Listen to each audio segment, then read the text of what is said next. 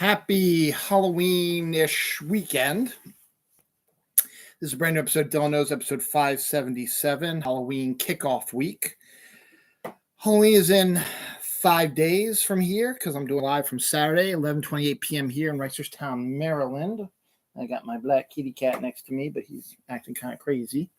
So this is my last episode before Halloween. Actually, it's my last episode of October. I can't believe October has gone by as fast as it has. Halloween is on Thursday of this week. I'm continuing my 13 Days of Halloween series. Been fairly successful. I picked up a new subscription, which I thank you for that. I've had some good views. My last few videos, not so great views, but I haven't really promoted them too much because I've been busy trying to get everything done. I've got one more show for this weekend. Did one earlier today. I have one more show tomorrow, and then I have my show Monday, and then my daughter Noelle is tentatively scheduled to do one on Tuesday, and then I'm going to wrap it up on Wednesday. I don't think I'm actually going to do one on Halloween because I'll be busy handing out candy. It is also still a work day. Hopefully I will have won our Halloween costume contest at work. I have to try on my costume sometime soon also because it's on Thursday, and we're going to have pizza. And then next week after that is election day when the whole world could change. So it's going to be a stressful next 14 or so days. So hopefully all things will be going good. But right now we're not going to talk about that. We're talking about Dylan Knows this week in pop culture and other stuff as well. Interesting stuff going on, I suppose. But yeah, so it's my Halloween era episode, just because 2024 has been a sucky year anyway. I'm just not feeling going all out this year. Maybe next year, if we're still around and we're still here, we'll be able to do it. But I figured I'd wear my trick-or-treat shirt. Why not? It's the spirit of Halloween. So without further ado, I put up my Halloween decorations today. So my inflatables outside. Funny story about that also. I was having the damnedest time trying to find my Jack Skellington inflatable down here in this disaster of a basement. And so I got frustrated because I wanted something to put up. So I went to Amazon and I ordered a $37 9-foot tall spooky tree inflatable. That'll be here tomorrow. And then I found my Jack Skellington, but I decided, you know what, we did kind of want a spooky tree because we lost our last one we had when we first moved up here. We had a spooky tree inflatable, which is really cute. Kids like to take their pictures in front of it, and it got deflated after a few years of use. But this time we got a 9-foot one for $37 though. There are similar 9-foot ones that were going for $75. So I think it's a pretty damn good deal. Will it be up this year? Probably not, because I think it's a little too late to get it up there. Plus, it's huge, and I already got my Jack Skellington one up and my Ravens pumpkin for the Baltimore Ravens, and I got my lights around my door, and I got my spotlight going on, so I think I'm good. Just got to change the interior a little bit. I'm not, as I said, I'm not decorating the inside this year like I usually do. I got a late start on it because I'm just not feeling it. I'm feeling yucky. Have been for a while now. I've got this anxiety about the election. It's just horrible. So I'm hoping at this time next year, everything's going to be crystal blue persuasion. Kamala Harris will be the new president of the United States, and Donald Trump will be behind prison where he'll rot for the rest of his fucking orange shithead life. And we own both houses of Congress, and by this time next year, hopefully we'll have a bunch of new laws that have been passed that are going to help regular people, middle American people, and poor people, and people of color, and immigrants, stuff like that, instead of helping the fucking stupid ass rich a-hole MAGA shitbags that we have out there. So next weekend will be my pre-election day show. So I got one more show before the actual election.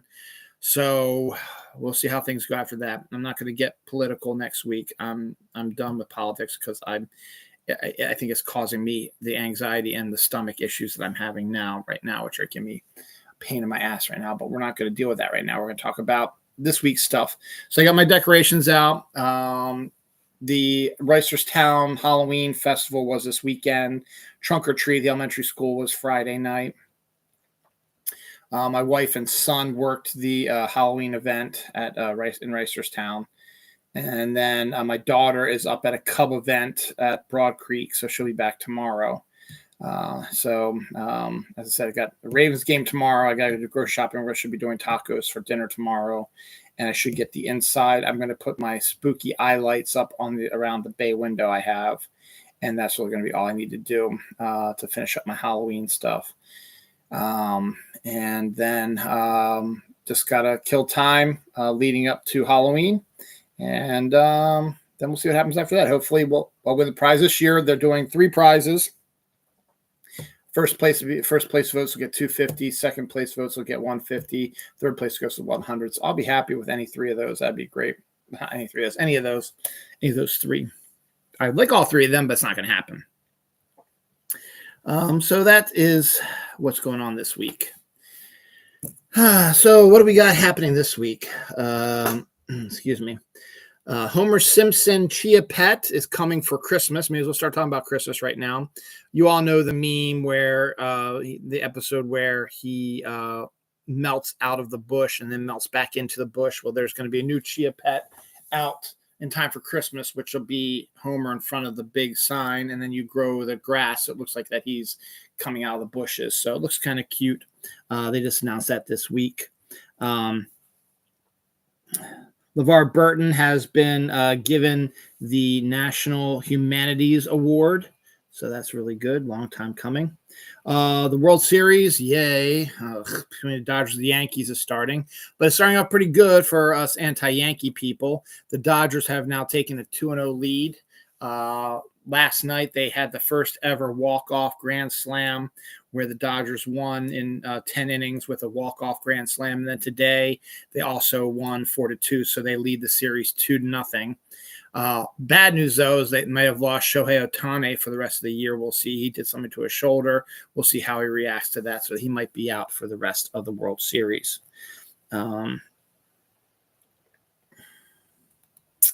Love Hurts is a new action comedy romance thriller that's going to star Ke Huy Quan, which is really cool to see him spreading his wings a little bit and doing a romantic comedy, kung fu style action film and he's reteaming with Sean Astin in it, and it's debuted.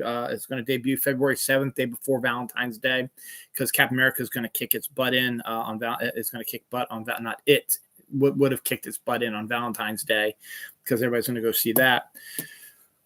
But the trailer for it came out this week. Ke Huy Quan's movie, and basically he starts off looks like he's just playing himself, goofy realtor of the year sort of, and then we discover that he is a sort of a John Wick type, a former assassin who has decided to go straight after he helped save a woman that his boss wanted to be killed. And so they finally caught up with him, and then the woman he saved has caught up with them also. So now it's all becoming sort of that thing. So he then starts to do his inner John Wick and start kicking ass. It looks interesting. And I forgot Sean Astin was in it, so I didn't really look for him in the trailer. But check it out for yourself. It's out there now. Jon Favreau has finished production on his Mandalorian and Grogu film. So here we are, October 2024. And it's not due until May 2026. So I guess the special effects are going to take over a year and a half to do, I guess. So just kind of weird. But yeah, so that's finished filming. However, on the other side of the Star Wars thing, the new Jedi Order Rey movie with Daisy Ridley just lost its writer. So it's going to be taken off of the schedule probably and might not make it till about 2027. But I'm actually kind of excited. I think that would be a good film. And everyone is, of course, laughing at, the Disney's destroying Star Wars stuff, because Star Wars is a toxic fan base, and they don't want to see good stuff, apparently. So fuck them. How about this? The Oregon Trail is getting a movie through Apple, which sucks. I kind of want to see it, but it's supposed to be supposed to have Barbie-like musical numbers in it. So I like the Oregon Trail. I played it when I was younger, and I like the actual Oregon Trail history itself. So yeah, I can actually see this actually becoming a movie. They did do something similar with Daniel Radcliffe's TV show he did, where they did a scene where it took place on the Oregon Trail. So I wonder if it's going to be similar to that. This is a weird film. The Carpenter trailer came out this week. It is an MMA action film set during the time of Jesus, because the guy who is the MMA champion is one of Jesus's apprentices in his carpentry shop. But this is also a time when Jesus is, doing miracles and stuff like that. So he's still working as a I just said it, a carpenter, and his apprentice, who is this MMA guy, doesn't know about it. So you have MMA and Jesus, and it looks really weird, but there we are. Spider-Man 4 with Tom Holland has got a due date now. It is set to debut July 24th, 2026, which means it's going to really go into overdrive soon. That has it taking place after Doomsday and before Secret Wars, so that should be interesting to see how that all works out. So Marvel pulled the plug on Blade finally. We knew it was eventually going to happen because they still had it on the schedule to come out next year, but they've been losing directors and writers left and right. So they've taken it off the schedule, so that opened up the November slot.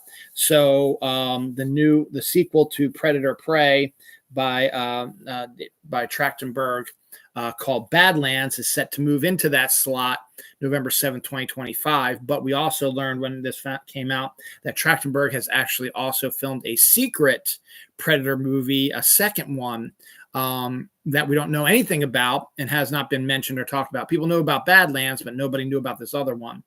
Speculation now is running rampant that is an animated movie, but we'll see, because how else can you do that movie, do a Predator movie so quickly, like that. Pepper, stop. You're not allowed back there. So that's kind of interesting. So we will see. The Predator Prey only came out on Hulu.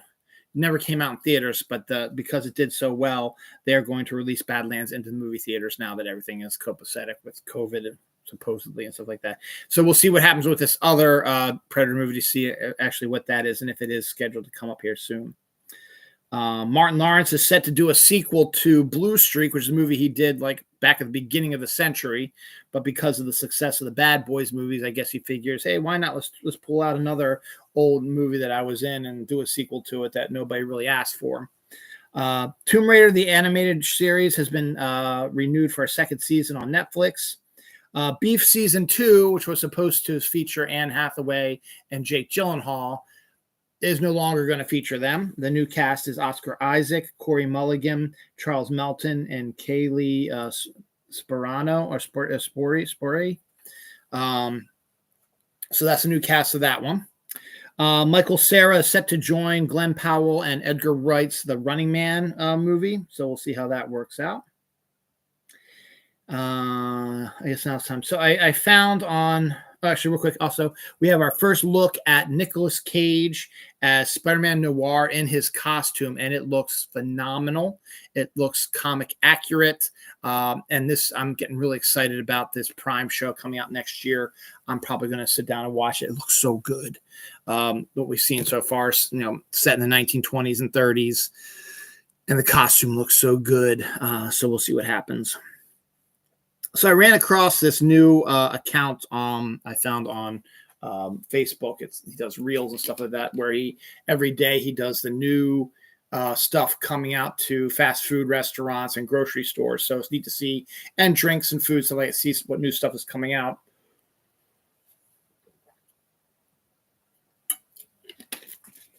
And I learned a couple new things, actually. First up, the toaster donut from the makers of Toaster Strudel. It's instead of it being a strudel, it's a donut, and the icing is like a donut icing. So that comes in a couple flavors there. I was not aware of this one. Sprite has their holiday flavor coming out here soon, and it sounds fabulous. It's called Vanilla Frost and a Sprite. So I might have to try that one. That one sounds pretty excellent.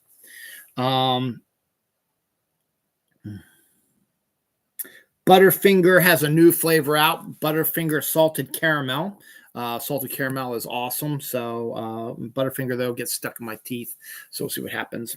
100 Grand Bar, Butterfinger, and Baby Ruth all have brand new ice cream bars that are coming out, where you're going to have the ice cream bar, and then you're going to have a layer of whatever, the Butterfinger will have the Butterfinger stuff, the 100 Grand will have the 100 Grand stuff on it, and Baby Ruth will have the Baby Ruth stuff on it, with another layer of stuff on there as well.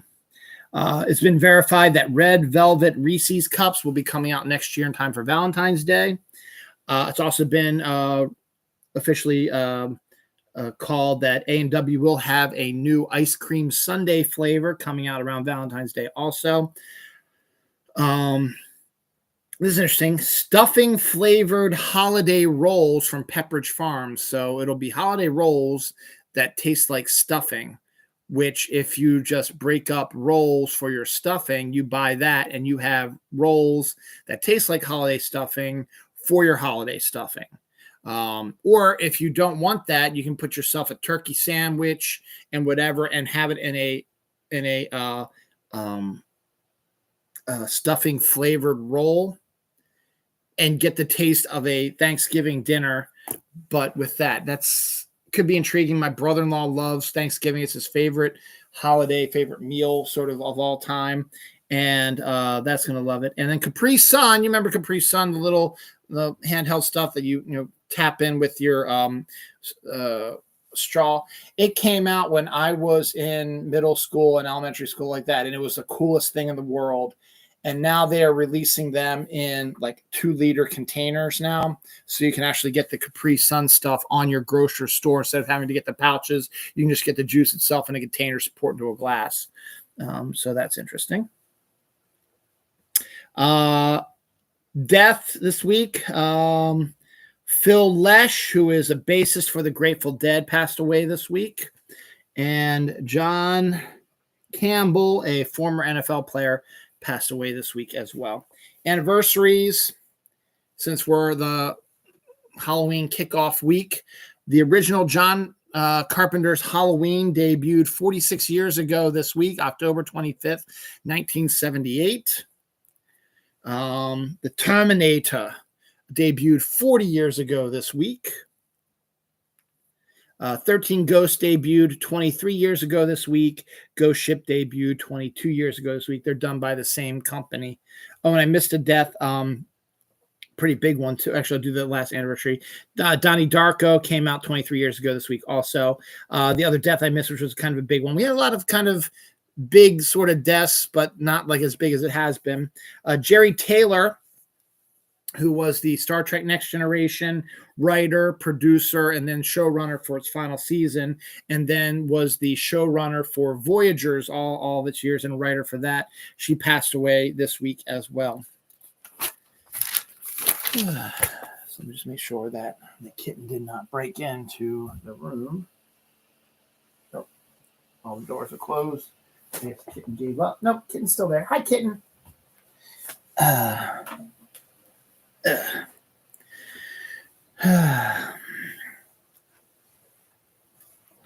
Some more food stuff. Cabo Citrus Mountain Dew is coming out next year, which sounds like a lime orange, lime tangerine flavor, which could actually be pretty decent. Toasty Holiday Peanut M&Ms is a new one that's coming out also. And here's something that I didn't know that I learned from this guy also. Way back when my wife and I were first dating, we went to a Christmas party at her boss's house in one of these nice houses near where my dad lives in Hunt Valley. And he had, stuff out to snack on and stuff like that. And one of them was a bowl of guacamole Doritos. And I'd never had guacamole before, never had guacamole Doritos. So I figured, why not try it? And I absolutely fell in love with guacamole that day and guacamole Doritos. And then in 2006, to commemorate the birth of my daughter, they decided to cancel and get rid of Doritos guacamole, which pissed me off because it was one of my favorites for like 5 years. So I started eating around 2001, and I really, got into it and was buying bags and bags and eating it. And it was so good. And I really liked it. And then they were discontinued in 2006. Well, guess what? This guy said they're coming back in 2025. So I'm excited. I can't wait till them come back, and I will eat them all up.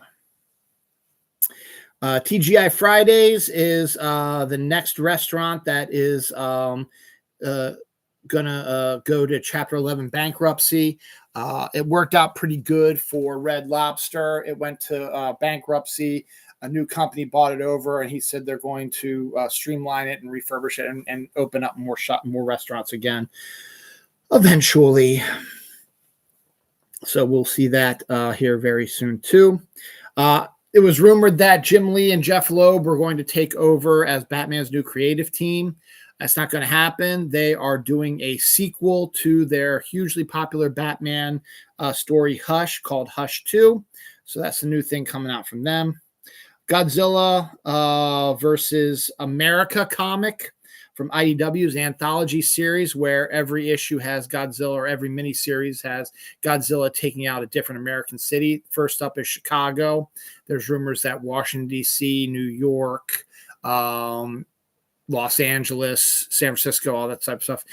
Any city is in gameplay, and it should be a fascinating comic series. Also, the Justice League versus Godzilla versus Kong series is also going to be debuting here soon.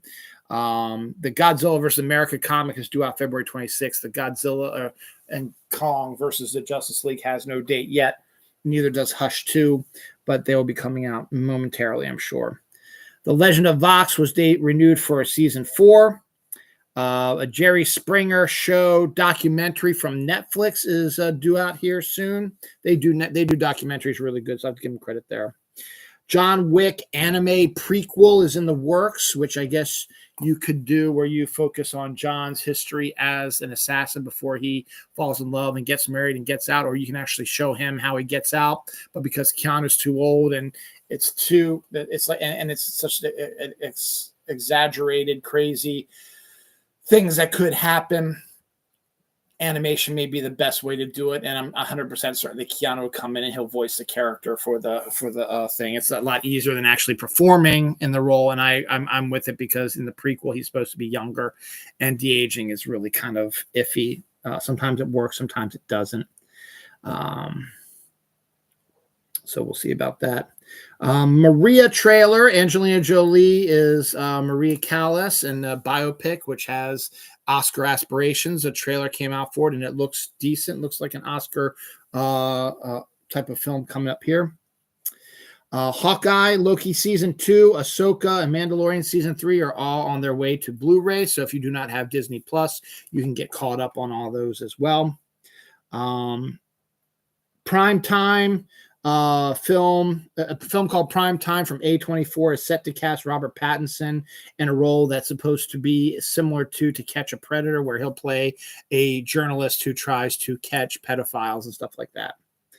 Good Omens to end with one giant final episode instead of a full season, due to the Neil Gaiman sexual assault controversies going on right now.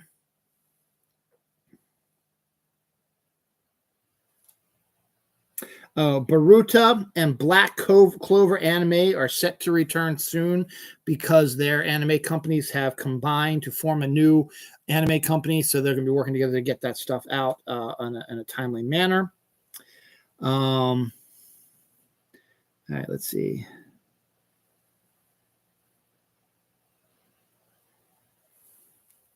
British startup wants to give Iceland solar power from outer space. So basically, I guess they would have like some sort of device to, instead of building a solar power plant on the island of Iceland, you build it like in space, or build some way in space, which does sort of something similar to it, where it sucks up the sun's rays and somehow gets the electricity down to Iceland. It's a startup and they're working on it, but it's an intriguing possibility, because if you do it in space, and if you can get it down in a reasonable time and not have any issues with it, and get the power to Iceland, you would get more power there than if you built a solar plant, because on Earth, yeah, you get the solar plant and you get the sun rays on it, for a certain amount of time during the year, but also Iceland gets dark during the winter as well. I mean, it stores up stuff, but it doesn't get hardly any sun. Whereas if you have something up in space, you're constantly going to have sun access to it. So it could be interesting.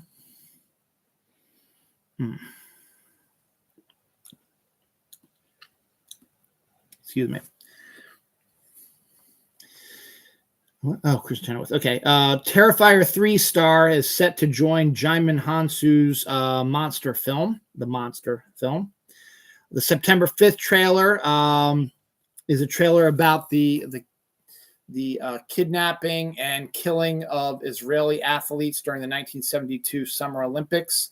And it follows the sports team, news team that was airing the Olympics all across the world and America, stuff like that, who are just like a mile or like 5 minutes away from the building. They heard the gunfire first before anything happened, and they're the first on the scene, and they're the ones that get all the stuff in the news. People are trying to say it's our job. You're just sports, not news stuff. This is a news story, but they still stick to their guns. And has the whole, they have to consider certain things here and there about what is good and what isn't good. And also they're airing the attempt to try to rescue them, but forgetting that the terrorists may actually be watching the news reports, seeing the people coming to get them. So they know that they're coming and are ready for them. It's based on a true story, obviously. And it's called September 5th. And it looks interesting. It actually looks like a really interesting sort of film. Alien Romulus is set to get a sequel. Not too surprising there. The Cruel Intentions Prime TV show gets its first trailer, set to debut November 21st on Prime. I saw the movie. I don't need to see a TV show which expands on it. Texas Chainsaw Massacre 4K Blu-ray, 50th anniversary 4K Blu-ray box set is now here. It will include not only the 4K and the Blu-ray, it'll also include a VHS tape and a chainsaw. Obviously not a working one, but the model of the Texas Chainsaw Massacre chainsaw, but still kind of interesting. Also not unexpected, a new Planet of the Apes film is set to debut in 2027 after the success of this year's. Why not? The Agency trailer set to debut 11/29, I guess on Paramount Plus with Michael Fassbender. This looks like a normal type of show we always see.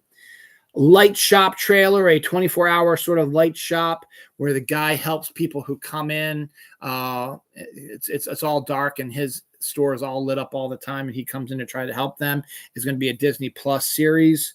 No debut date that I saw, but there it is. All right, so before we get to announcements and deaths for this page, I got to take a swig here.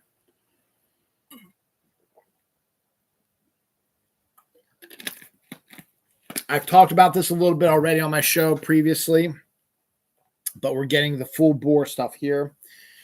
Netflix has decided that they've noticed how successful the Hallmark Christmas movies are. And they've had some success with these types of Christmas movies in the past, being one of the more popular things that pop up on Netflix. So they decided to go full bore this year and have released, I think, not one, not two, not even three, but 4 of these sort of Hallmark Christmas inspired movies, all coming out every week in November, I think, to set up to prepare for Christmas. And it's got interesting stars in it.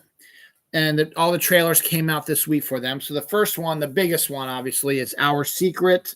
Our Little Secret, excuse me, which has Lindsay Lohan returning. She was the one who kind of spearheaded this with her Christmas movie she released last year, followed by the St. Patrick's Day movie that came out earlier this year. So now this is her second Netflix Christmas movie. This one's and good for her. Look, she had a rough spot there for a while in the early 2000s and mid 2000s, then just sort of disappeared for a while. Worked on herself, got clean, met a guy, fell in love, had a kid, got married, and is now a mom and a wife. And she decides it's time to get her career back in gear. And she has decided, she's going to be doing the Freakier Friday sequel coming out next year with Jamie Lee Curtis. So she's still doing some regular stuff, but she is also working on these other films. Why not? It's easy cash, and Netflix is well known for paying their talent pretty good. So this is her third movie for Netflix. And the premise behind it, again, as I said, like the Hallmark Christmas movie, basically is she's dating this guy, and it's the first time that he's taken her to his family Christmas. He has a huge family, and it's a huge big deal. And of course, cliche alert, the mother, played by Kristen Chenoweth, of her boyfriend, does not like Lindsay Lohan. Her boyfriend is a mama's boy. And she gets to the party and is introduced to everybody and discovers that her boyfriend's sister is dating her ex-boyfriend, who almost proposed to her like 10 years ago, and she rejected him. And now they're back face to face, but they can't have Lindsay Lohan doesn't want that to be mentioned because the mom doesn't like her, and she can use that against her and stuff like that. And that's your Hallmark Christmas movie premise. And of course, it looks like that she's going to fall in love with her ex-boyfriend, and because they're making her current boyfriend be this mama boy, be kind of, obsessive about his mother, and the mother being a complete and utter bitch, played by Kristen Chenoweth. So we'll see what happens. That's just my take on this trailer. So that's the first one. The second one that they showed is The Merry Gentleman, which is another wonderful Netflix Hallmark Christmas movie sort of thing. This one has Chad Michael Murray in it, and it follows a bar in the small town, as all these movies are set. These small, sort of mountain towns, in this bar that's got a history of being a huge Christmas party every year, and the whole town's invited and blah, blah, blah. But as the years progress and the management's changed, stuff like that, not as many people are coming to the bar for Christmas. So there's a possibility that the bar may disappear because the current owner is not getting enough money to cover rent and all that stuff. So she decides to try to come up with an idea to get people to come to her bar for Christmas time. So she convinces Chad Michael Murray to grab a bunch of his friends, and they become male strippers in this bar to draw attention right around Christmas time.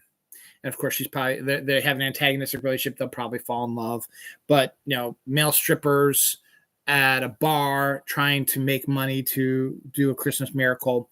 That's The Merry Gentleman. That trailer is out also. I'll hit the other two later in the show because I don't remember where they are, and I don't feel like looking for them. So we'll talk about the other two coming up. Death's Rob Ely, first star of the Tarzan TV series, died at the age of 86.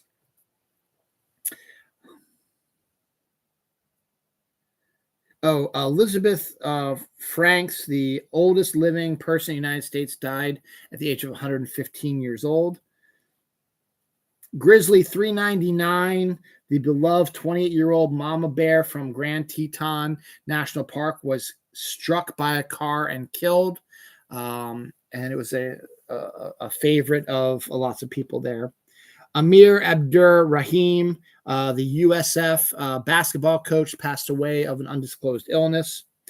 And Jack Jones, the crooner who sang the theme to The Love Boat, something exciting and new, The Love Boat, that type of thing, and some other stuff as well. He died this week as well. Anniversaries, we have Halloween 3, 42 years ago this week, which has nothing to do with Michael Myers, as it should, because Halloween movies were not supposed to be all about Michael Myers. John Wick came out 10 years ago this week. And the last anniversary is Soul Man from 38 years ago this week. Is not a film that would go over in today's climate. It's basically about a rich white guy who tries to get into Harvard and is trying to tread in on his daddy's name and money, but his dad's like, nope, you're a worthless piece of crap to me. You need to find your own way. And he can't do it on his own. So he's got to try to figure out a way to get in. So he discovers a scholarship for Black people. And his buddy is a guy that has created a pill or something that makes your skin self-tan. So he does extra taste of it and becomes a Black guy and gets the Black scholarship. But now he has to pretend to be a Black guy, but he's also a rich white guy who has only seen Black people and is a cliche stereotype of them. Ends up falling in love with a Black woman who is also up for the scholarship, but lost it to him. So he has guilt. Leslie Nielsen appears and as a racist piece of garbage, which is fantastic. Julia Louis-Dreyfus is in it as well. Ari Gross is in it. James Earl Jones. But the film could not be made today because of the racial stuff. And what are you doing, Kat? You're crazy. So Soul Man was one of those movies I watched on HBO all the time. All right, let's see if I have any more of those Netflix. Oh, I do. I got one. I have both the last two. So there's two more of the Netflix Hallmark movies. First up, we have this one. I'm not exactly sure what's going on in it, but it's called Meet Me Next Christmas. And the trailer's out for this one also. And it centers around a Pentatonix concert. And this woman is trying to get with this guy and like promised him tickets to go see Pentatonix, but they're all sold out. She dragged her feet to get them. And so she hires like a guy to try and help her get a concierge or whatever he calls himself to help her try to get these tickets so she can fall in love with this guy and maybe get married and live happily ever after. But of course, problems arise and she has to spend more and more time with this courier sort of guy. And of course, she begins to fall in love with him as well. Just looks awful. And the fact that Pentatonix is a main draw for it is kind of interesting as well. And the worst one is, but it's an interesting story behind it, is Hot Frosty, which is the last Netflix holiday movie. It's about a woman who around Christmas time, of course, in a small town that has like, Christmas festivals and stuff like that. There was an ice carving competition. It's not really a snowman, but it's like an ice carving competition / snow forming competition, whatever. And the person who made it made like this Adonis looking guy, bare chested, that the main female is enamored of. And it's like, oh, you look cold. Let me just give you my scarf just to make you look warm, because it's such a realistic look of the snowman. And then she goes away and just, I guess, sort of like Frosty, the magical scarf brings the ice sculpture to life. And he's a hot dude, and he tries to find the woman that gave him the scarf. And it's a romance movie about a woman who falls in love with the snowman. I know I shouldn't laugh. It's probably going to do very successful. It's a goofy sort of romantic B movie thing. But here's the interesting part about it. Lacey Chabray, who was in Party of Five, and Dustin Milligan are the stars of it. But Lacey Chabray was the Hallmark Christmas movie actress. She was in, she's been in a ton of them.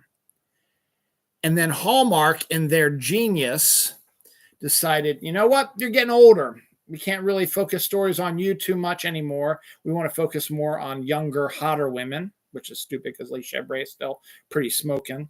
She just happens to be older. So you're not going to be in any more Hallmark movies. Kind of a shit thing to do, Hallmark, if I do say so myself. But then Lacey Chabray is like, cool. And Netflix says, hey, we got something for you. How are you going to do this? Hot Frosty. I have a feeling Hot Frosty is probably going to be the Lindsay Lohan one's going to do well regardless because Lindsay Lohan. But I think of the other three, Hot Frosty is going to be the big one. Yes, the other one has male strippers, but Hot Frosty is Lacey Chabert and a snowman that comes to life and falls in love with her. So, gotta love it. Speaking of hot women, Sydney Sweeney is set to star with David Johnson, Jonasson, it's a weird spelling of it, to star in Coleman Domingo, the actor's first directorial debut of a movie called Scandalous, based on a true story about Sammy Davis Jr.'s affair with Kim Novak. It was a big deal in the 60s because black men and white women didn't get together. So obviously Sydney Sweeney is going to be playing Kim Novak, which is perfect casting, by the way. And the David Johnson guy could conceivably be a pretty good Sammy Davis Jr. looking type of guy. So that's pretty cool too. Alex Winter, who played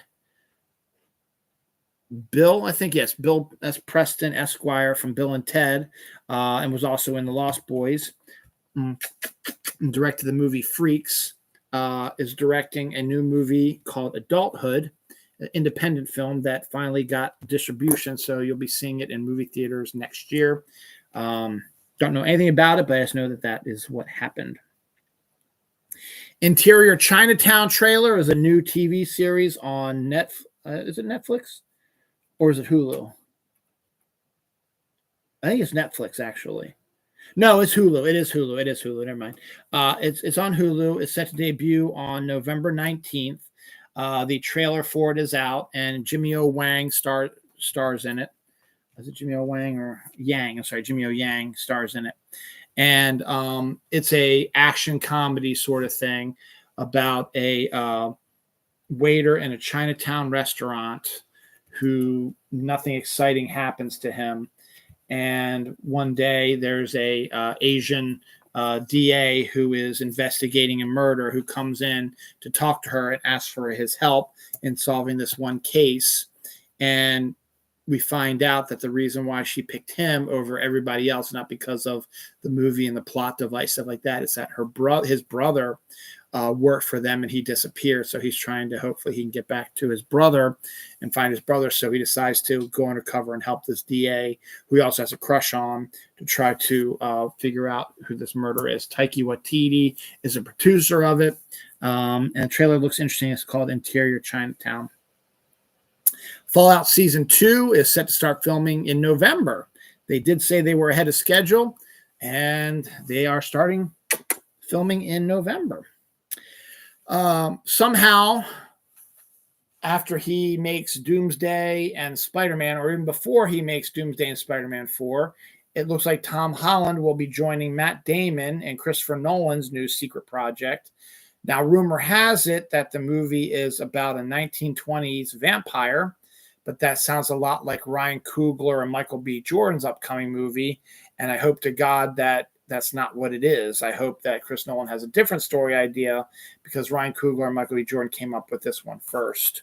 So we'll see what happens with that. But Tom Holland will be joining Matt Damon in a Chris Nolan film. So Tom Holland and a Chris Nolan film is kind of an interesting idea. Scarlett Johansson is set to produce and possibly star in a movie called Girl in the Lake, which is a mystery thriller. They've also had some pictures of her filming some pickup scenes of the new Jurassic Park movie. So she's in New York actually filming some of that there too.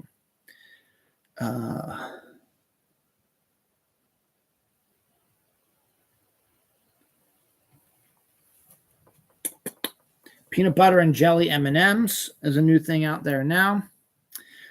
Section 31, the Michelle Yeoh Black Ops Star Trek series movie, or Star Trek movie, excuse me, is set to debut January. I can't see. You're blocking my notes. You have to move.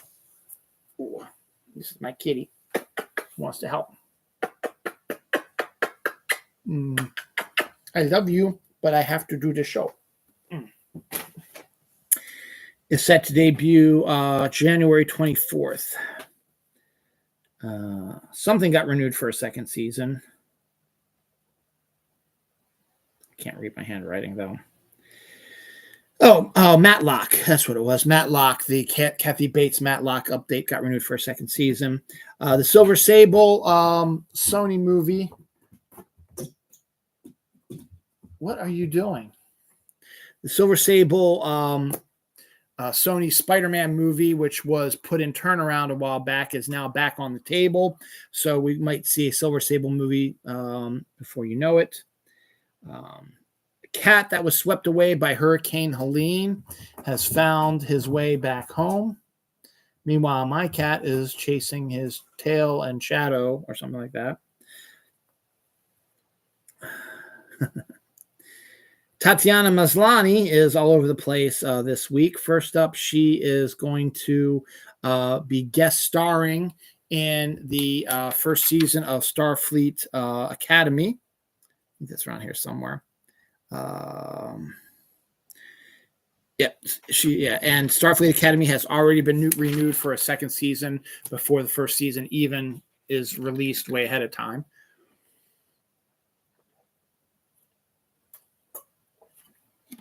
That actually is perfect because that means that they can really take their time and develop stuff in the first season, knowing that they have a second season to go to. But the other Tatiana Maslany thing is I got to sort of pat myself on the back about this while at the same time wag my finger at everybody.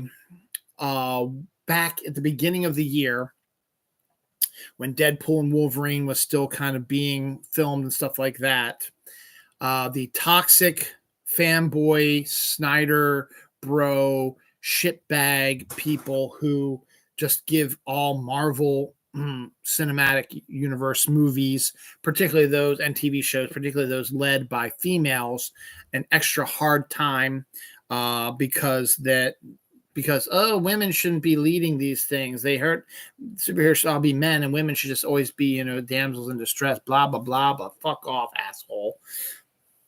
She-Hulk is still one of the best MCU series out there, but none of you assholes get that it was really a great adaptation of the comic because everything that happened, the fourth wall break and stuff, She-Hulk did it before fucking Deadpool did, so go fuck yourselves. Anyway, Ryan Reynolds to them was a big old manly man, and they claim that Ryan Reynolds cut Tatiana Maslany and Brie Larson's roles in Deadpool Wolverine because of Disney's woke or of the Disney woke agenda, and because nobody likes Brie Larson either. And I lost my shit because that was a big old fat fucking lie from a reputable online series comic book movie, which I have lots of issues with. They like to suck Snyder's balls and dick all the fucking time, and they're it's a trash company run by toxic shitbags. So they said, yeah, we got proof of all this, that Ryan Reynolds did not want to have any woke assholes in our manly man movie, and the two most woke the two most awful females in the Marvel Universe, Brie Larson and Tatiana Maslany, because we don't understand the movies that Brie Larson's a phenomenal Captain Marvel, and the Marvels is a lot better movie than you think, you fuckbags. And She-Hulk was absolutely perfect, and Tatiana Maslany was wonderful in it as well. And real quick before I continue my story, I will be in 2025, hopefully, doing a massive series called In Defense of the MCU, and I'll get into more details about this as well as I get them myself. But I'm going to defend almost all the Marvel projects. I'm not a big fan of some of them, but I am going to defend the ones and talk about all of them in some form or another. Stuff like that. So we'll get into that hopefully next year sometime. So I said, first of all, this is a fucking bullshit story. Ryan Reynolds is not a dickhead who, is anti-woke bullshit. His wife's best friend is Taylor Swift, one of the most feminist people out there that you all hate anyway. And Ryan Reynolds absolutely adores Taylor as well. He's also a girl dad, absolutely loves his children, and is nowhere near a toxic fuckbag like you guys thought he was. and because you think he is, and that, proof that, what the hell was that? Proof that, Ryan Reynolds is a badass, whatever. He, fired the two that and is their hero because everybody loves Deadpool and they think Ryan Reynolds is the shit. And he's one of them, a toxic fanboy, which he isn't, by the way. So I went off on a rant saying this is bullshit, didn't happen at all. And first of all, Ryan Reynolds might be producer, but he's not the director. The director is the one who makes those decisions about what gets cut.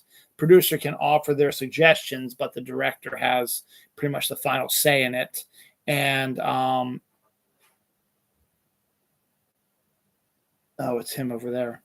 Ryan Reynolds is not the director. Sean Levy was. And Sean Levy's also not a toxic asshole either. So Tatiana Maslany came out this week to jokingly make a joke saying, yeah, apparently I was cut from the Deadpool Wolverine movie. And she took a pause, timing, and said, which is odd because I don't remember filming anything for Deadpool Wolverine. So I guess I was cut because I never filmed anything. As I said, same thing with Brie Larson. I'm 100% certain that that's the case also. So Tatiana Maslany would know this. The shitbag's already saying, well, she would say that because she was fired, blah, blah, blah. It's a bunch of bullshit. It never happened, and it didn't make sense in the story itself, because when we finally saw Deadpool Wolverine, everybody was expecting it to be this romp through the MCU. It has nothing to do with the MCU. There's one scene in the MCU, and that's when he's talking to Jon Favreau's character, and that is it. He spends the rest of his time in other dimensions and stuff like that, and he's not even a part of the MCU. He has the ability to travel to the MCU land, but he is not a part of it anymore. And never was a part of it. He's still part of the Fox universe. So go fuck yourselves, you toxic shitbag man children, pieces of crap. Suck it. Speaking of the MCU, all you haters out there, I also love this fact also that once Agatha All Along was announced, and everybody was saying that immediately it was going to be a shitty show because it was, who wants to see a show about supporting character from WandaVision, and it's female led and it's a bunch of bullshit woke BS. It is one of the highest rated, most popular MCU shows in a really, really long time. And there's still 2 episodes left. I'm 2 episodes behind right now, so I really can't give my take on the last 2 episodes since I haven't watched them yet. But they were saying that was going to be a bomb. And then they were saying Thunderbolts was going to be a bomb. And then the trailer for it came out, and it is now one of the most one of the films that most people are excited to watch next year because the trailer was fucking awesome, because it's fucking going to be awesome. Now, in order to make up for those 2 lapses in judgment, the toxic MCU fan assholes are now saying that Captain America Brave New World had a bad early screening and that there seems to be problems with the movie. Go fuck yourselves. You don't know shit. You don't know jack shit. And it's easily fixable. That's why you have these early screenings to test length and what's working and what isn't working. Most every movie you've seen has test screenings to try to make the movie better. So go fuck yourselves, you pieces of shit. Just go away. So now, instead of a lot of Marvel movies coming out next year, Blade has been removed from the 2025 calendar. So now that just leaves Captain America, Thunderbolt, and Fantastic Four coming out next year. And I think in show-wise, we've got Daredevil, and I think the Iron Chick, Ironheart is also supposed to be out next year also. And Wonder Man could potentially also be out next year as well. So we'll find out. So Marvel's still got a lot of stuff, and they still got a lot of gumption. They still got a lot of stuff going on. So all you MCU haters can go fuck off. So that being said, a new rumor now is gleaning upon a piece of art that shows all these X-Men in their old yellow and blue uniforms. And there, I guess there's some cryptic writings to it or whatever, Pepper. And a lot of people believe that this might be the potential beginnings that the MCU will be announcing that the X-Men will be joining in 2028, which in all honesty makes a lot of sense if you think about it, because you've got Doomsday in 2026 and you've got Secret War in 2027. So after Secret War is going to be similar to Endgame, where it's going to change the Marvel Universe again. It'd be the best time to introduce the X-Men. So don't know if it's true or not, but it could very well be. The God of War Prime TV show is moving along right now. They just picked up Rafe Judkins as showrunner. He did some work on Battlestar Galactica, the new series that came out a while back. Darkwind has been picked up for a third season as well. Severance season 2 trailer debuted, had Adam Scott running around all crazy, and I didn't get a lot because I never watched Severance season 1, but that's due out on January 17th. Average Joe trailer with Amy Acker and Eric Close, had no desire to see that because it looks uninteresting to me. New Simpsons Christmas special is set to debut on Disney Plus December 17th to celebrate the 35th anniversary of The Simpsons debut in 1989, with their first episode ever, full-length episode ever, was a Christmas episode. So now they decide to up the ante for the 35th anniversary and do a 1 hour long Simpsons Christmas special on Disney Plus, which is going to have a ton of guest stars on it. So we'll see how that all works out. Cobra Kai season 2 part 2 trailer. I didn't take a look at it just because I ran out of time. Chris Hemsworth is set. I talked about this movie last week when they announced it, but now looks like Chris Hemsworth is now set to lead the Prince Charming movie and played Prince Charming. Pretty decent casting, I think. I think that's a pretty cool idea.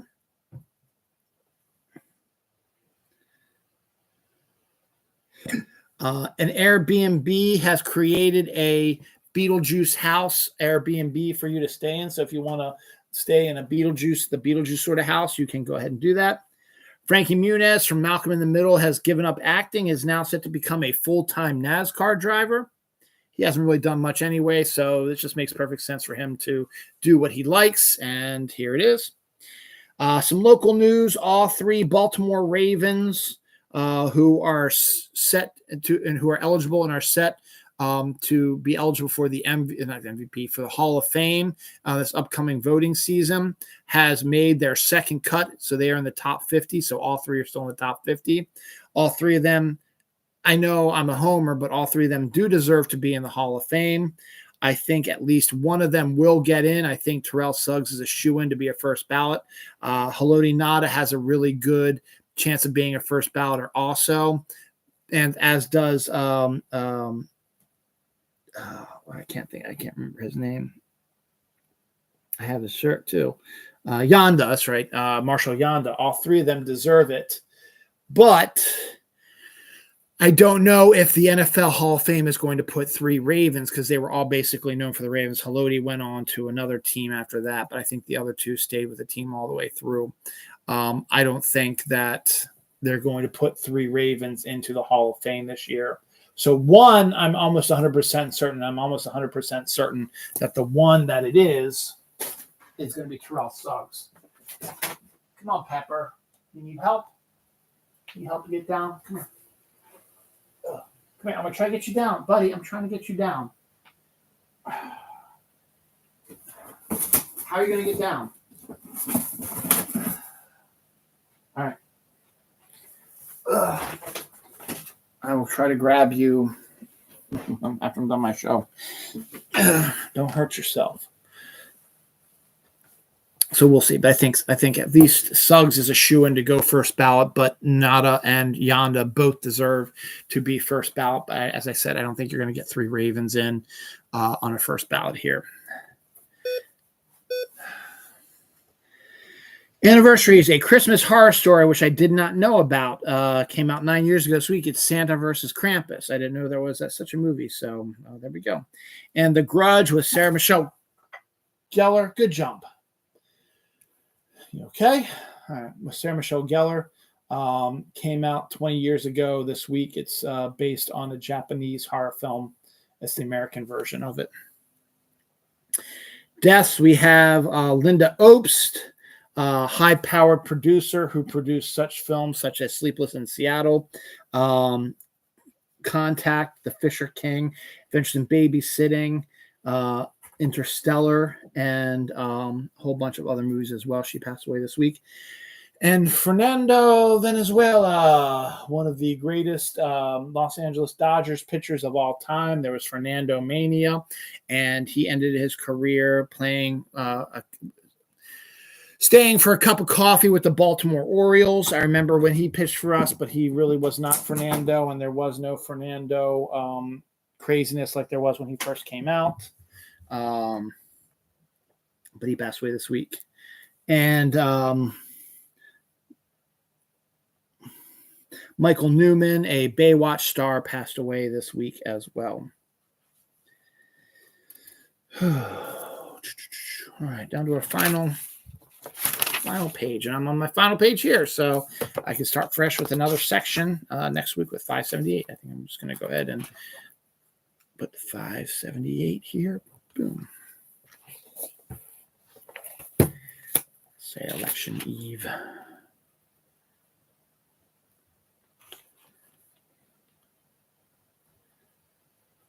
Talk Halloween. All right.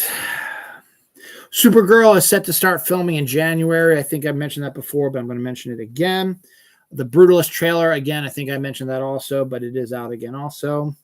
Eggo Belgian style street waffles. I didn't know there was such a thing as a street waffle, but it's a spicy waffles now out in stores. Stephen King's Carrie is set to get a new TV show from Mike Flanagan, who's been pretty good at adapting Stephen King stuff, but he's already got the Exorcist reboot and the Dark Tower stuff, and now he's throwing the Carrie show on in there, so we'll see what happens with that. Chasing Amy, a Kevin Smith documentary about, I guess, the making of Chasing Amy is set to debut next month. Doritos films its first advertisement in Zero Gravity.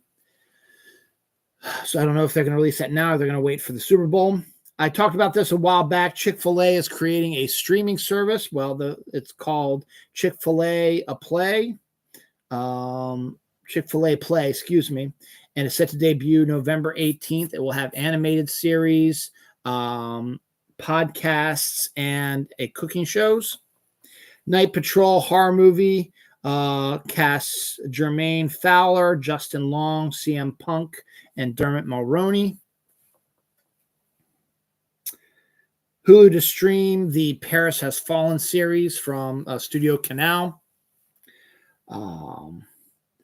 Coffee Mate extra flavor caramel and extra flavor chocolate coffee creamers are set to come out here soon. Amsterdam Empire is a new series coming out next year in 2025 that stars Famke Johnson. We got our first look at what that looks like. Same thing with our first look at The Gorge. Anya Taylor-Joy and Miles Teller. Get a first look at that. Bird trailer with Barry Cohegan. Didn't really watch it because I ran out of time. The last Kmart in the United States of America has shut down, so Kmart no longer exists in the United States. I never really went to too many Kmarts. There wasn't really any close to me. There was one way out in like Parkville that we went to periodically, but I don't remember much about it. It was more along the lines for people that are older than me, so I don't remember much. And so not really a big deal for me, but okay.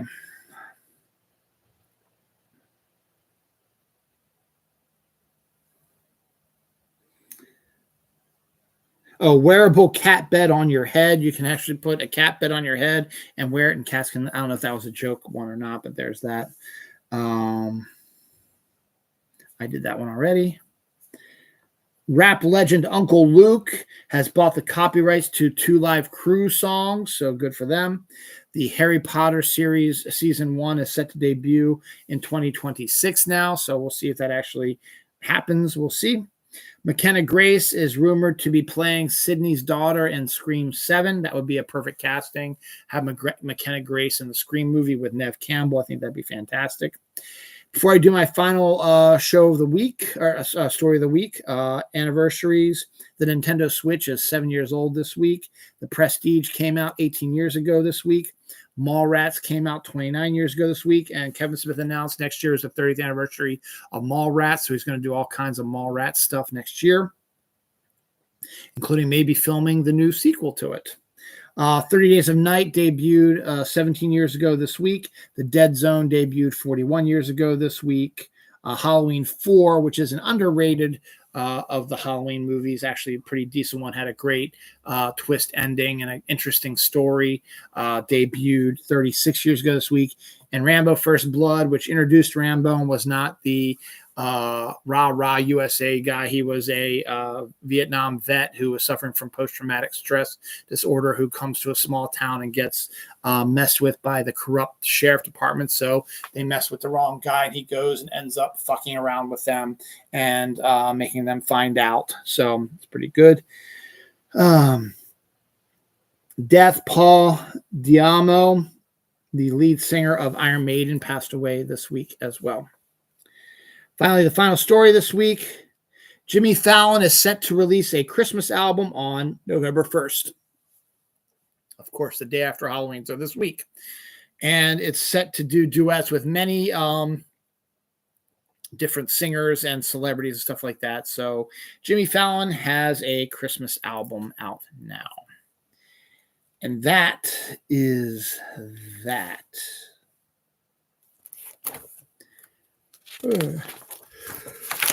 Just after 1 hour. Good. So this was your Halloween kickoff episode of Dylan Knows. It is Halloween kickoff week. It is Sunday, 12:34 a.m., October 27th. And just to reiterate, I still have a few more nights of 13 Days of Halloween. I will try to post, I think, once I go upstairs and have about an hour or so that I just sort of come down from the high of doing the show, and then I go to bed about probably 2 o'clock probably this morning. I will maybe see if I can post the other episodes that I haven't posted yet onto my Facebook page and Twitter, or you can just come to the YouTube page and watch it yourself. I still got a bunch of other ones to do. I got to do tomorrow sometime the 13 Days of Halloween is the top Halloween episodes of TV shows and Halloween specials. Then I have Monday should be my best costumes. Tuesday, my daughter is going to do her show, hopefully. If not, I might have to do something else. And Wednesday will be the top reasons why Halloween is the best. So that's all I got left in the tank for 13 Days of Halloween. So I'm going to go upstairs, take off. So it was nice entertaining you in this month, and we will see you in November, because next week's episode will be November 2nd, November 2nd into the 3rd, which will be the election election eve sort of stuff, because election will be next Tuesday, not this upcoming Tuesday. So I have to say now, please vote who you want to, but please consider voting for Harris, Walz, and Democrats down the line, because if the orange shitbag gets in, this country's over and done with. He's a fascist piece of crap, and he's going to destroy this country. And I'm not just whistling Dixie. We need to be saved. Thank you. Vote.